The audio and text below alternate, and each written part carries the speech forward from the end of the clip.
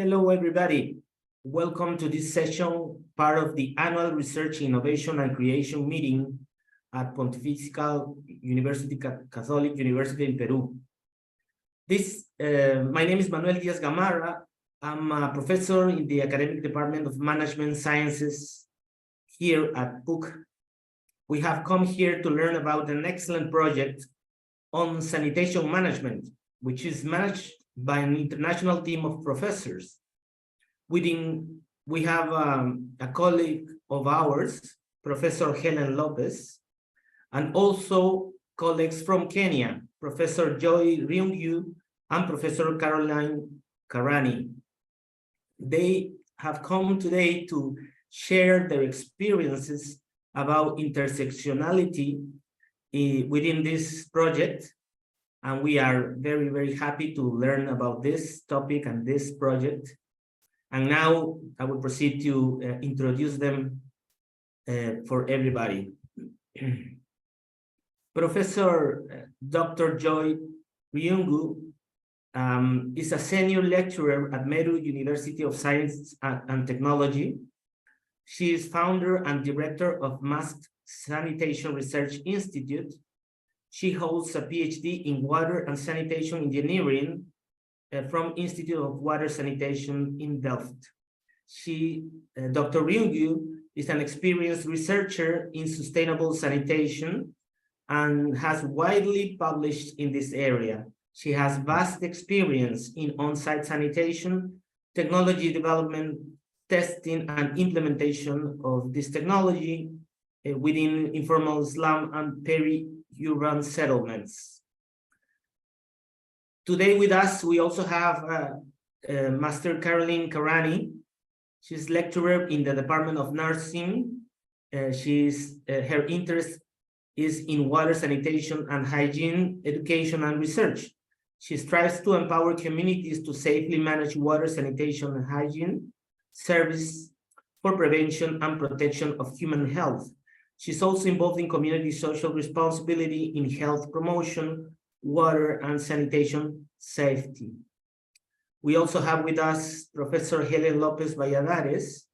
She is a professor and researcher at the School of Management of the Pontificia Universidad Católica del Perú, Master in International Development, Poverty, and Inequality from the University of Manchester. She researches and publishes on social entrepreneurship, social innovation, business growth, also in sanitation and sustainable business model.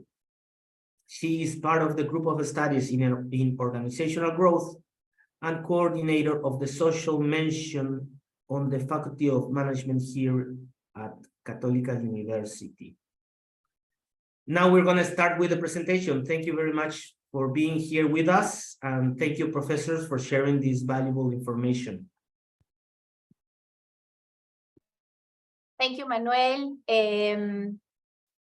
Good morning to everyone. We're going to do this presentation in English because we have our colleagues who are from Kenya. So please, we're going to also have the questions at the end. So please feel free to make the questions through the chat or raise your hands when we finish this presentation. These results are part of a project that we have been doing, research project actually, that we have been doing in the past 2-3 years. And it's based in Lima, Nairobi, but also Cape Town in South Africa and IT. It's a project that is focused on to see if these new business models that are bringing solutions to the problem of sanitation can make the people who receive the service improve their quality of life. But this morning, we're going to focus on the part of intersectionality, because within this project, we have done some surveys, some interviews, but we have also used a methodology that is photo voice. That is a methodology that helps that participants can raise their voice and show us their reality from their perspective. Why do we use this? Because we are interested watching how the sanitation's dimensions come with it from different perspectives, and intersectionality help us with that. So this is the agenda. We're going to present the project, what intersectionality means, the methodology that we use, and the results in Kenya as well as in Lima, and some reflections for the sanitation management. So the project is scaling up of grid sanitation. What we are doing is focusing on this emerging technology that it's called container-based sanitation. This is actually a social innovation that enables people who doesn't have water and sanitation from conventional service, the one that we have in our houses, so they can have this service with dignity, and also it's more hygienic than the pit latrines or silos, the silos that we know that we have in our cities. In Lima, we focus on Pamplona Alta and San Juan de Miraflores. In Cape Town, also and in Lima, this service is provided by the social enterprise Sanima. That it's I can say maybe the only social enterprise that provides this service in Peru, because they not only give the product, the container-based sanitation, the dry toilets, but they also pick up and collect the excreta from the space, no? So that's something that it's more like a circular economy perspective. In Cape Town, it's similar, and in Kenya, in Synergy, Joy is going to explain us how the model is, and also in Cape Haiti, in IT. This comes from a fund from the Global Challenge Research Fund. They are interested in seeing more solutions from cities. Like, cities now are facing the biggest challenge in the world. So the research question is, if the designs of CBS, this social innovation that is provided by social enterprises, it's inclusive or increase disparities among the vulnerable groups and individuals. Most of these services are in places that face poverty, inequality, places where the state not yet have bring the service that most of the people in the cities has. No, so here you can see how this technology work, how this service work. So first, the dry toilet is installed. It could be in the house or it could be in the community, as in Kenya. Here in Lima, the dry toilets are installed in the houses, and the people actually pay for this service. But then we have the collection service. So the excreta, the feces are collected by the personnel from the social enterprise or from the city council in South Africa, no? And they transport it to places where they treat.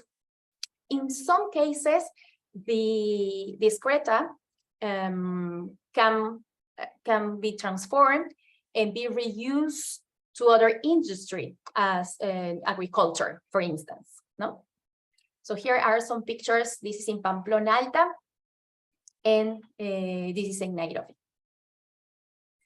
So how intersectionality help us for this research? Because intersectionality are different forms of social identity.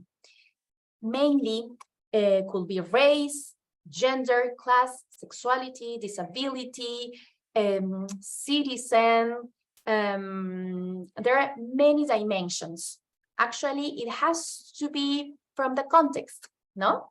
That's why some dimensions, such as race or class, could be, we can find it more in different countries, in different areas, no? But what this form of analysis help us to see how these dimensions intersect among others. And these intersections can make the individuals experience rather privilege or oppression. And each dimension could reinforce the other one. So must be analyzed simultaneously, not only one dimension in each project, no, all of them, to prevent different forms of inequality, because they, as I say, they reinforce other. For instance, if we analyze gender pay gap, no? When we analyze gender pay gap, of course, depending the country that we are analyzing, race could make that there is more oppressions, the socioeconomic status or the immigration status. So we have to see intersectionality as the way people from different backgrounds encounter in the same world, in the same context. No? For sanitation management, for instance, usually we see it from the lens of infrastructure and only the class. No? However, there are multiple dimensions that we are going to see here that are invisible from the lens, from other lenses, and not only from the lenses of the academics, but or the policymakers. But here we're going to show from the lenses of the people who experience this oppression or this lack of service. So now we're going to explain the methodology. Okay, thank you very much. So the methodology that we used was photo voice. And Hellen has tried to explain a little bit about photo voice. And this is the approach that was used in the 3 settings, that is in Lima, in Nairobi, and also in Cape Town in South Africa. And usually it is an approach that is taken to the people. So it is more participatory action research, use of photography, and also group dialogue to be able to bring out the issues that marginalized individuals may have, that they might not be able to voice. And out of the photo voice, out of the photography that they take, we are able to understand more about their issues.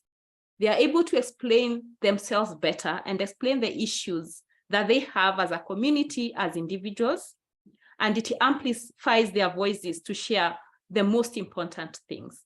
So the photo voice is an approach that looks at empowering communities and individuals to take photos, and also to be able to explain in a dialogue what is it that they wanted the photos to explain on their behalf.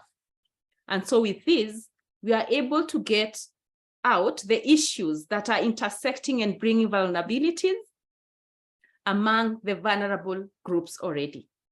And the objective of this study in the 3 settings was to understand the lived experiences of sanitation. So how do people live with sanitation? How do they access it? What are the barriers? What are the facilitators? And also more looking at CBS, the container-based sanitation, and if it is a solution for the marginalized groups, especially in the informal settlements. And so we wanted to know how sanitation impacts and is impacted by other facets and of well-being and quality of life, and all the intersecting factors, and what are the most marginalized individuals going through in these communities. The study population in Lima had 15 participants, and in Kenya, Nairobi, we had 20 participants, all from the informal settlement.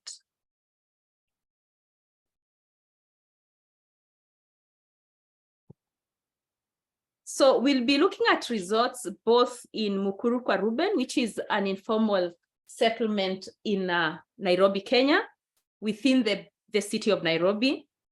And also we'll be looking at the results in Lima. So the intersectionality which came out, what are the things that are blending in that brings about vulnerability. Hellen tried to explain about gender inequality. So if gender, for example, if women are marginalized in a community and then you add poverty into it, it increases that disparity, that vulnerability. Governance was coming out. What is it the government is doing? What are the infrastructure? How is it giving people access to sanitation and to other basic rights? The housing and space, especially in informal settlements, is very limited. So even as we think about solutions that are context-based for informal settlements, we should be cognizant of the housing and the space that is there. So that solutions are offered, even if it's container-based sanitation, that are specific to the needs of the people. So in the next slides, our colleague Joy will be taking us through the results.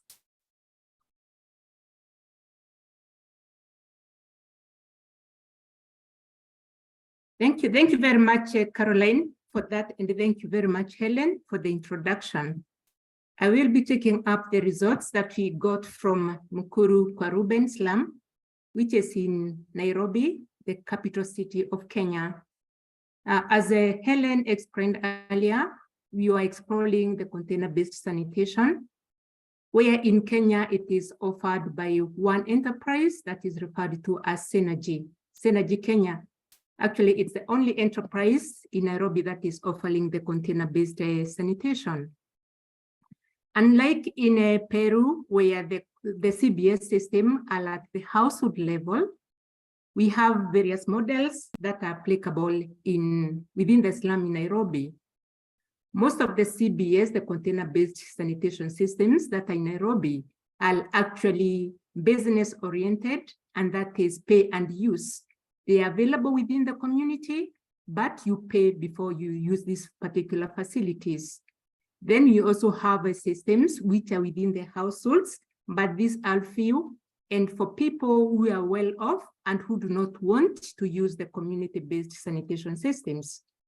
We also have porta potties, which are available within the households and can be used by the elderly or the sick people.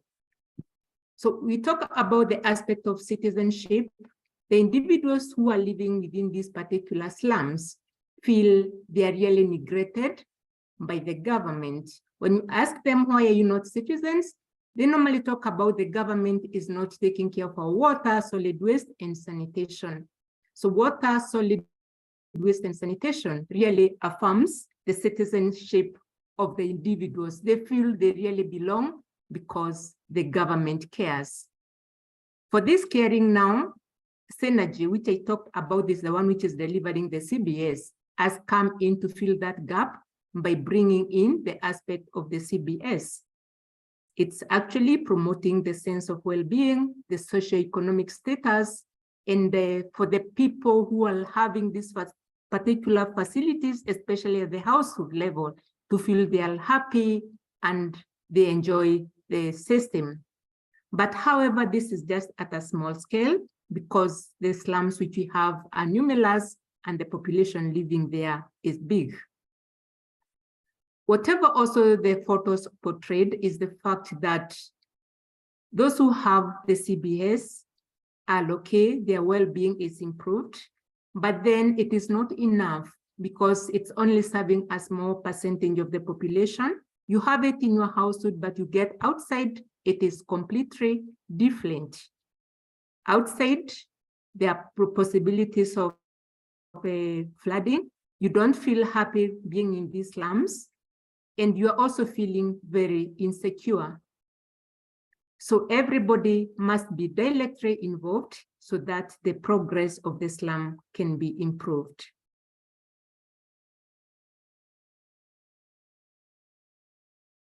The other aspect that came up very well of intersectionality was the aspect of governance.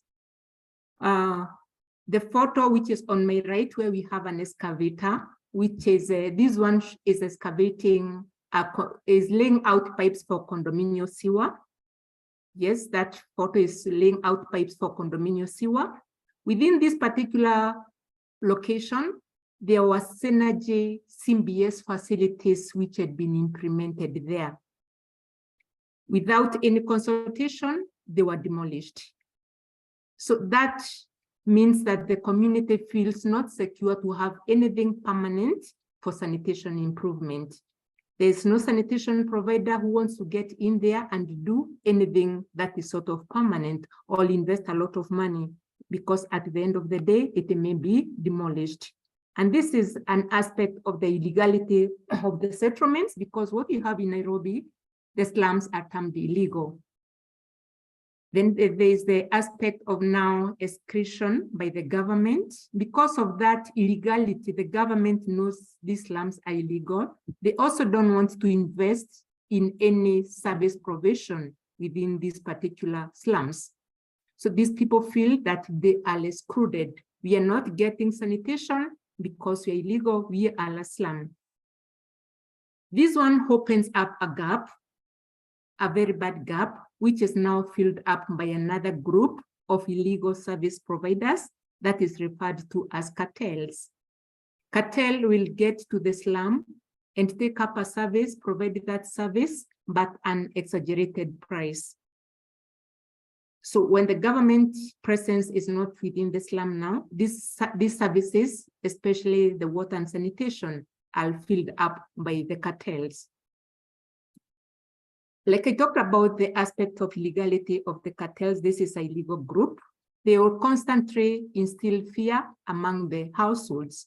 If you want to invest in sanitation, you have to pass through the cartel. So irrespective of who wants to move to the slum to continue providing the CBS to these particular people, they are in fear because they have to pass through the cartels who allow them access to the slum. And now leaving this to the slum makes the life in slums unreliable, and reliable costs, sanitation costs, water costs definitely goes high, because the services will only be provided if this group of people want. And if you really have to go against what they say, your security is threatened. Another thing about the governance is the absence of institutional infrastructure, which results to huge disparities between the urban and the rich. Whereas within the urban formal, their institutional infrastructure, everything is well planned. Within the slums, that one is absent, it is not there. So we have services within the well-off, but the poor is neglected because of these particular gaps in institutional infrastructure. Next slide. Gender inequality was also a big thing that came up as a result of the innovations that are coming up. For the sanitation needs among the households, within the slum, women take charge of that, providing, ensuring that your household is okay. Women take these responsibilities. So when we have the innovations, like the new innovations, the container-based sanitation, which needs taking care of, cleaning, ensuring that the waste has been removed, these roles are added to women. So you find women are added roles when these sanitation innovations come in place. But then you realize that those who don't have the CBS, who are using the pit latrines out, they are really disadvantaged because of the aspects of queuing. You have to queue to be able to access a sanitation facility. Like I talked about, whatever is available within the slum, it's pay and use. If you pay, you use. But for those which are free pit latrines, then you really have to queue. Then also the aspect of assessing these social innovations by women, it's a bit expensive because most times, especially certain times of the month, you need to access these facilities more. And whenever you are going there, then you have to pay some money. So this one widens that gap because women have at the end of the day to pay more money when it comes to the sanitation. Within the slum still, there are other CBS facilities, small container-based, like a woman who is being shown here who is carrying a small yellow container. This is also a former container-based but old-fashioned because it has been taken up by the Innovation for Synergy. But this one is what is being delivered for use by the people with disabilities within the slum. This is what is available for them. So the actual, which is expensive, cannot be afforded by the caretakers of the PWDs. Next slide.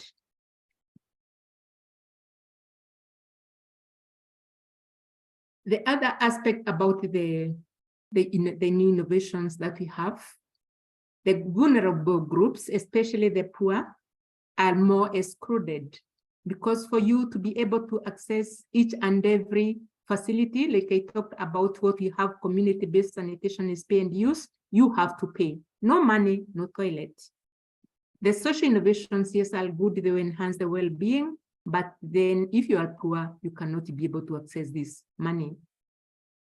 Then for the households who have the facilities at the household level, they are always in constant fear of closure of the facilities.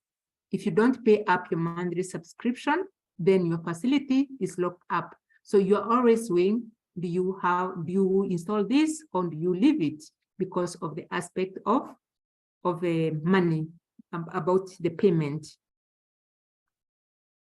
Then also because of now the aspect of poverty, there are very few sanitation technology models which are available.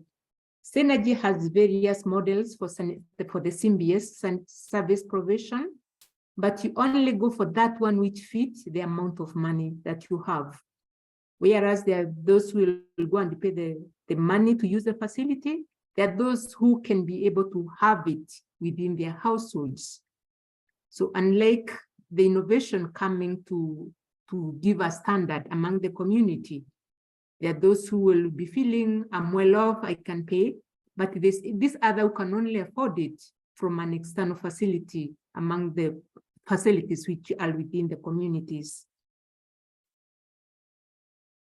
Next slide. The other aspect which came out very clearly was the aspect of space and housing. Within the slums, the space is really limited. The pathways are very narrow. So even if these innovations are good and they require little space, then these little spaces may not be, the locations of these little spaces may not be appropriate.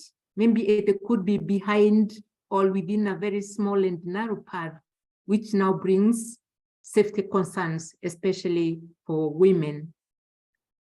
There are also aspects of navigating of the narrow paths by the people who are emptying the containers, who are removing and changing the containers. Navigating the narrow paths with the filled up containers brings in another aspect of health risk, because they have to carry it by hand so that they can be able to have it in a place where it can be accessed by either a cart or a motor vehicle. Then as also the aspect of space and where the facilities are put, like the facility I have on my left, where there's some garbage dumping site and then there's a nice toilet there. In Kenya, Muslim community will not use this because they believe that demons live in waste dumping sites. So you are afraid that you cannot be able to jump through this as you go to use that particular facility. Then also there are fewer choices of sanitation technology models due to space limitation. Yes, innovations are there, but then there is no space. If you have some space, you have some nice model for use. If you don't have space, then you don't have that. This one cuts across if you are wealthy or poor, but within the slum. If you have that space, that small space, you have to use that technology, which can just fit in that particular space. It doesn't allow you room to choose the particular model that you want for your sanitation needs.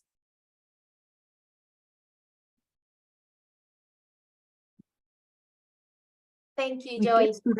Yes, Hellen, you can take up for the Lima. Yes, and it's interesting how there are a lot of similarities.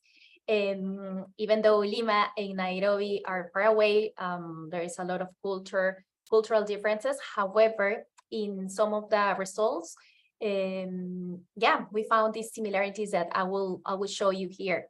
Just a reminder that the pictures that we are showing in these presentations were pictures taken by the participants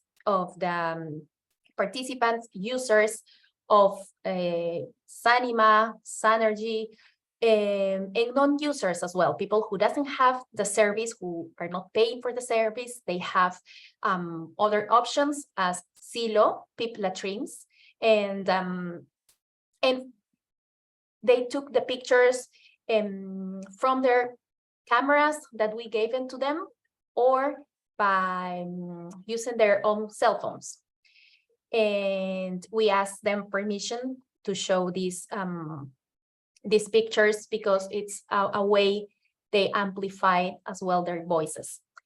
So in Lima, in Pamplona Alta, San Juan de Miraflores, where Sanima has the service of CDS, within this wheel of power from intersectionality, we found that gender inequality is similar as Nairobi, is one of the aspects that it's more relevant for sanitation, but also wealth.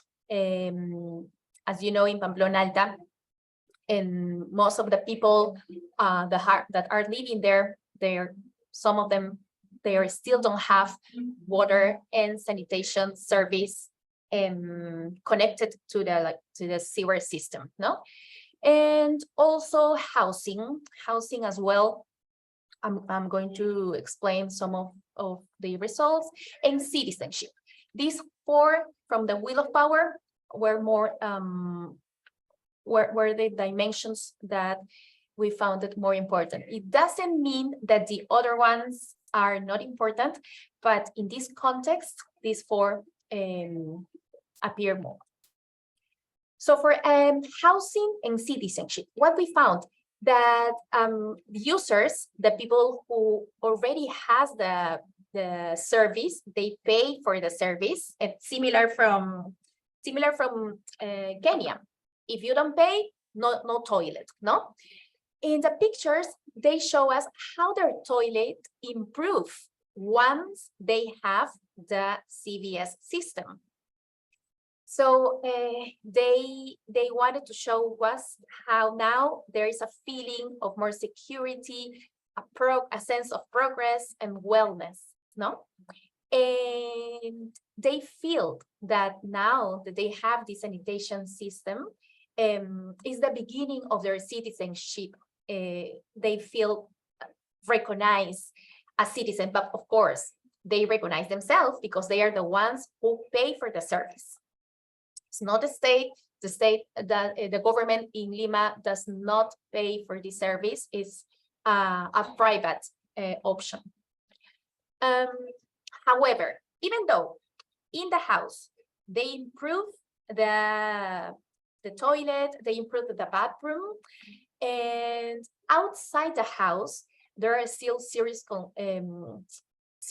and constant concerns of the physical security, same as Nairobi, no? In Nairobi, they have the demolition as something that they concern each day. Here, as you know, in Pamplona, the houses are on hills, situated on hills, rocks. Look, these pictures, when I saw this picture, it was really scary, and that's something that they feel when the truck comes to provide the water service.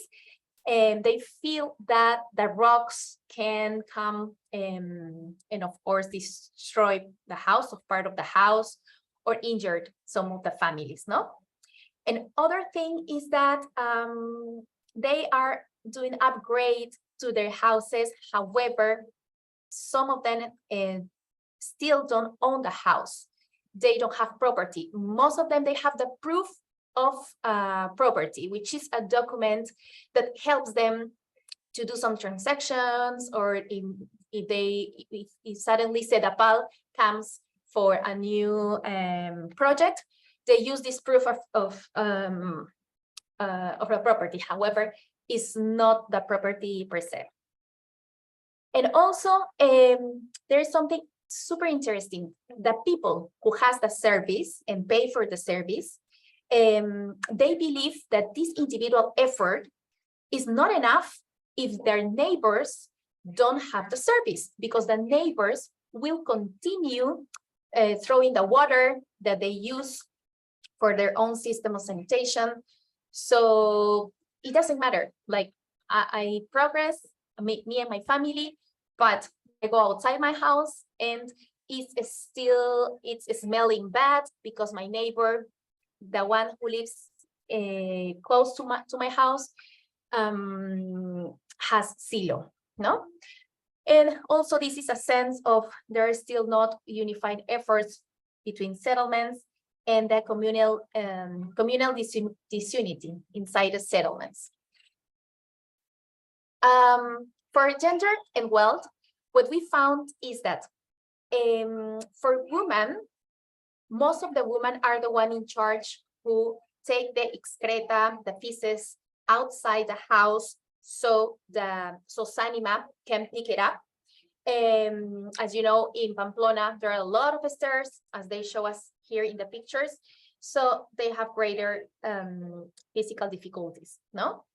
And also, among all the responsibilities for the gender roles that we found, they also has to do this part of the service, that is the collection moment, no?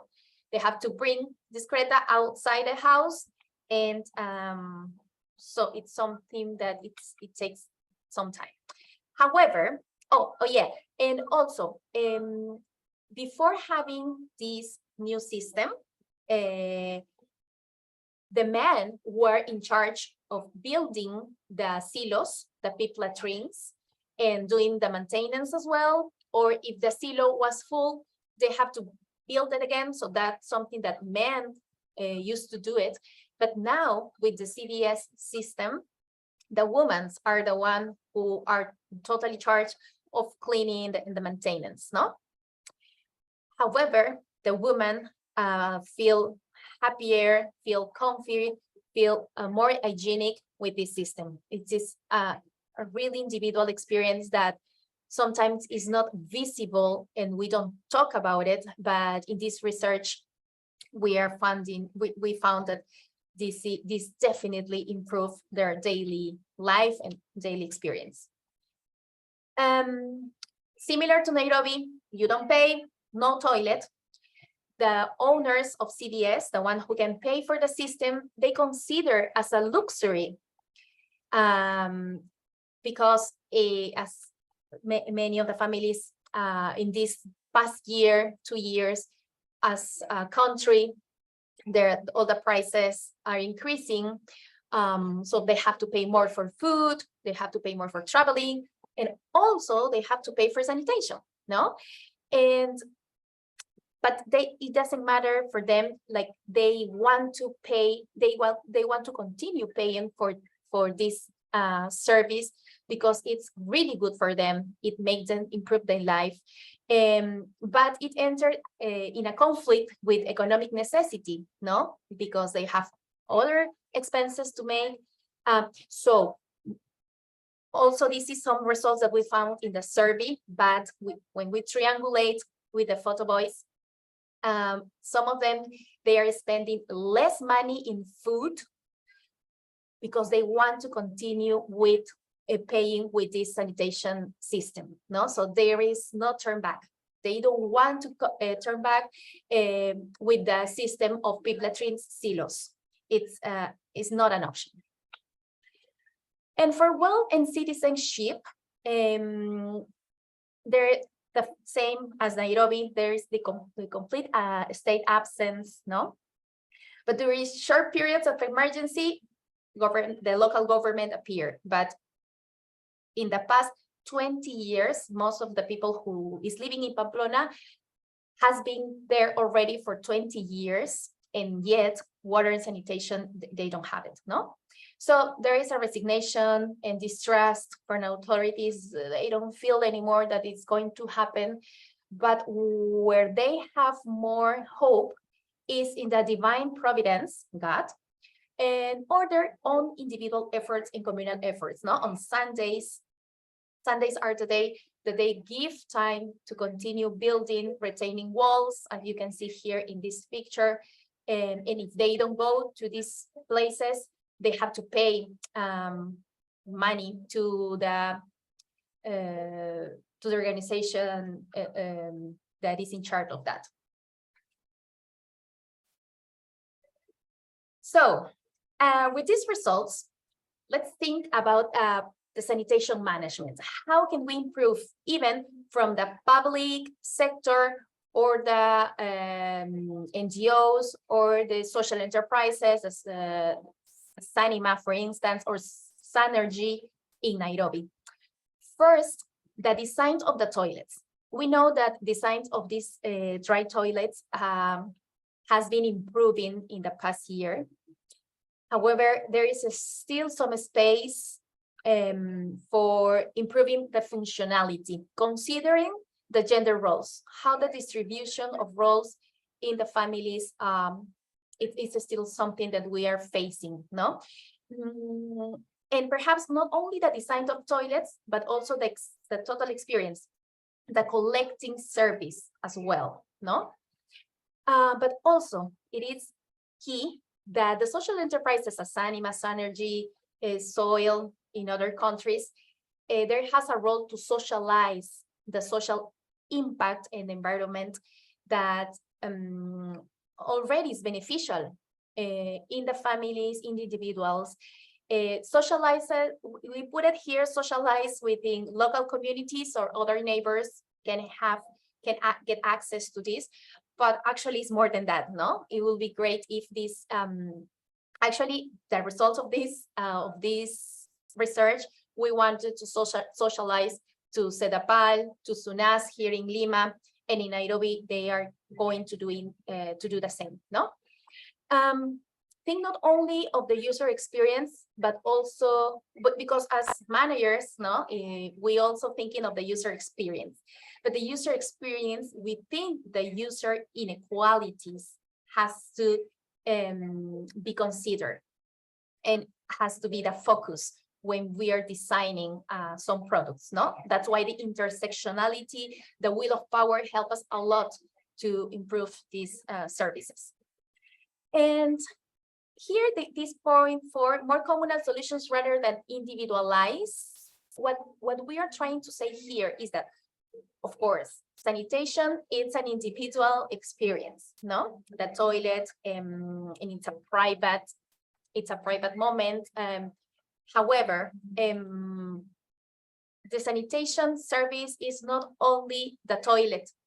It has to be also with the collection part, with the excreta, where the excretas goes, no? So this is something that has to be thinking as a communal solution, because as some of the results are showing, it doesn't matter if a family has it, if the neighbor doesn't have the solution, so the benefits won't be good for all of them, no?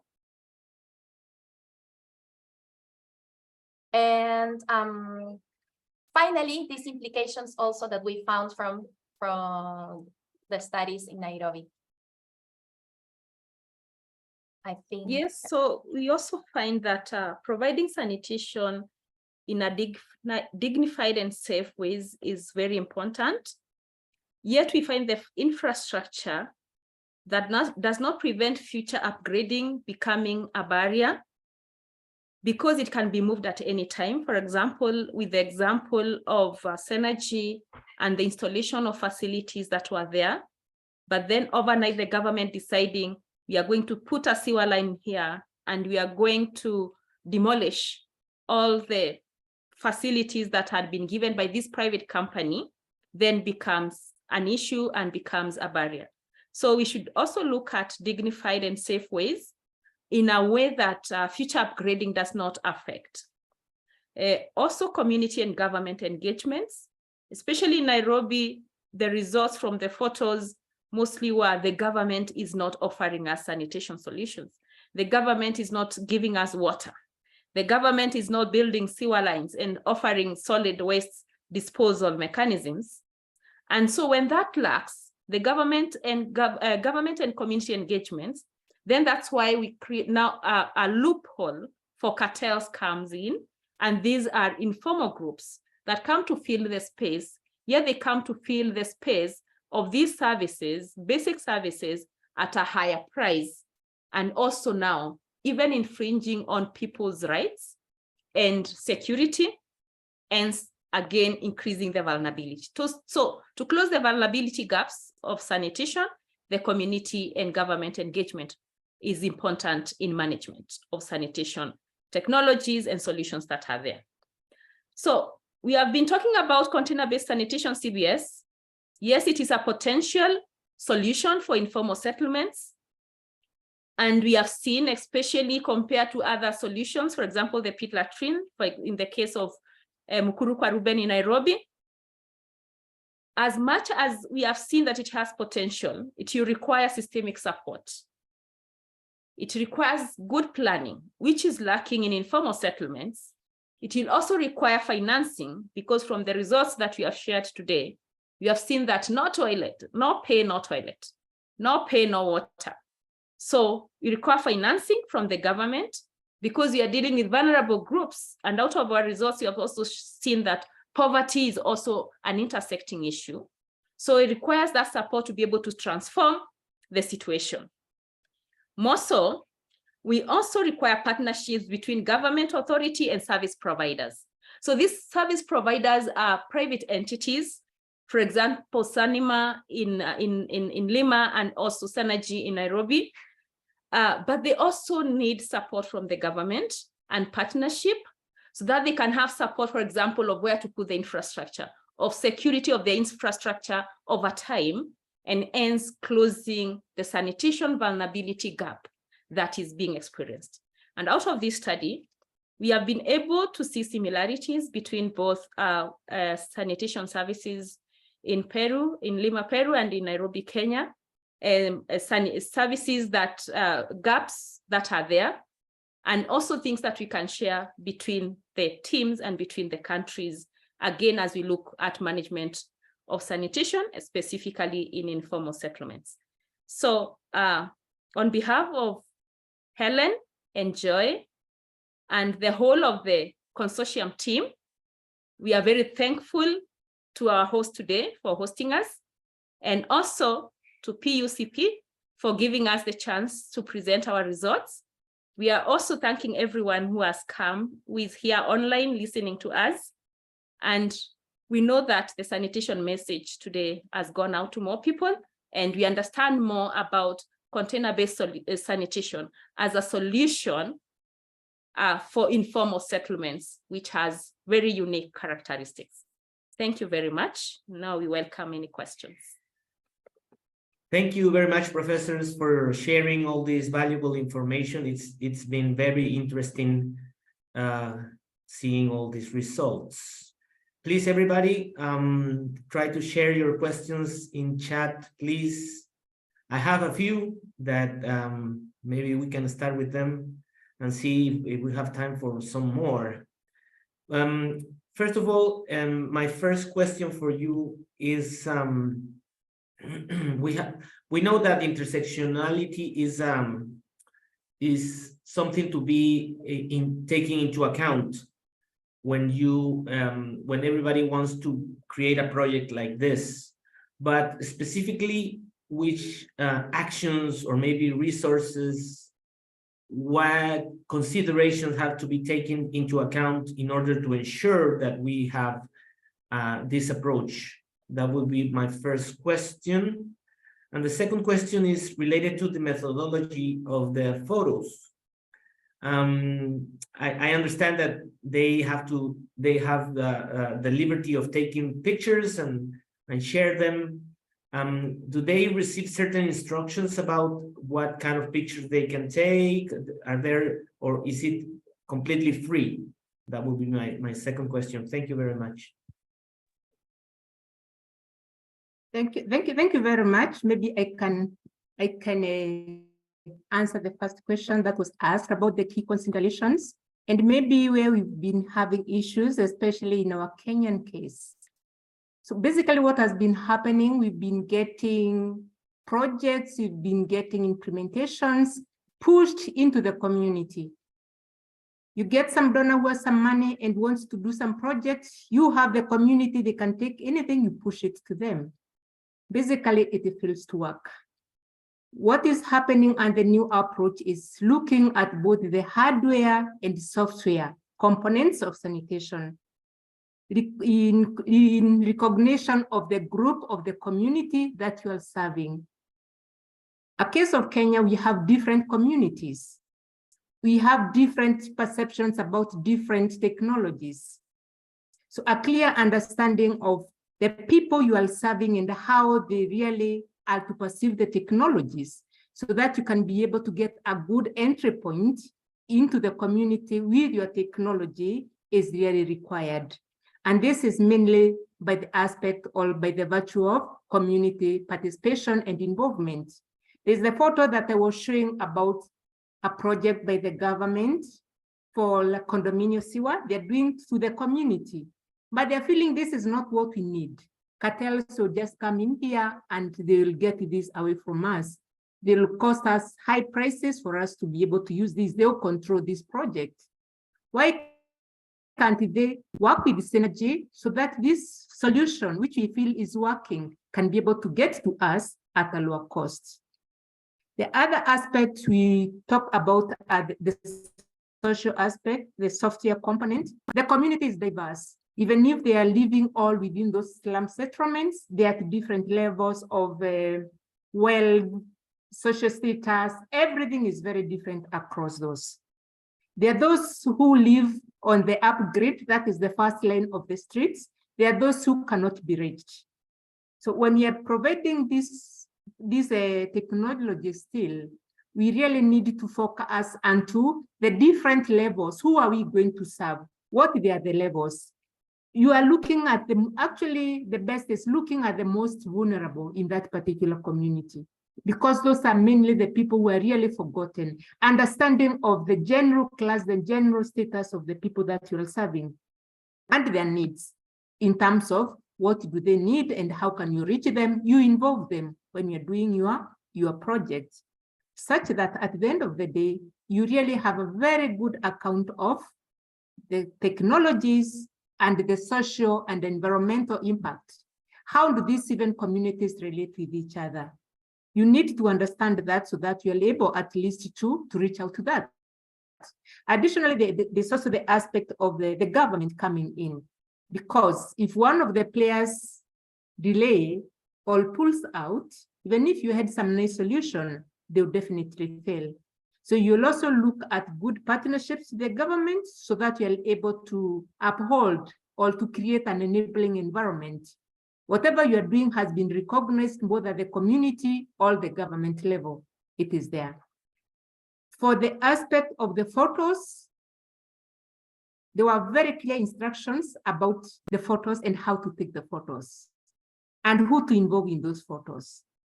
If I, especially just a case in point, maybe I have my business, which is named there, my name there, Dr. Riungu's cloth business, and it's near that social innovation. The instruction was, don't capture anything that can reveal. All those instructions were there about how to take photos, who to involve in the photos, what to involve and what not to involve. And additionally, they were also informed about the use of these photos. And the same concept accepting that any photo that you share with us should fulfill this and will be shared as follows. A, B, C, D. Do you agree? If they agree, they sign. If they don't agree, you don't push. You simply get that participant of the study. Thank you. I only wanted to add that what Joy said, it was really important to these instructions because there is a lot of social sensibility. And one of the main questions for them was, what's the story you want to tell us about sanitation? What's your story? in that photo, you can show us some emotions, some experiences, some practices. So it was kind of a huge question because we didn't want them to feel that we are telling, oh, we want infrastructure or to give any other guidelines. So it's bias from the academic perspective, no? Mhm. So we were focusing on this part of the, what's story? What do you want to tell us?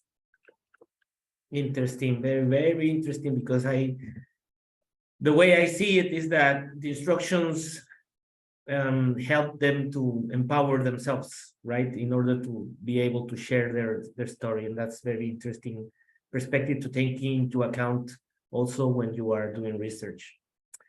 Thank you very much. We all have learned a lot with you, this project, with this experience. We are very thankful with you for being sharing this.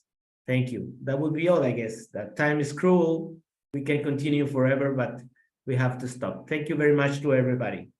Thank you very much to all. And thank you, Joe and Caroline, for joining us to presentation here at our university. Thank you very much, Hellen. It was a pleasure meeting you today and presenting our work with your team. Yes. Thank you. Thank you to everyone. Nos vemos. Bye-bye. Ciao. Ciao. Cuídense. Hasta luego.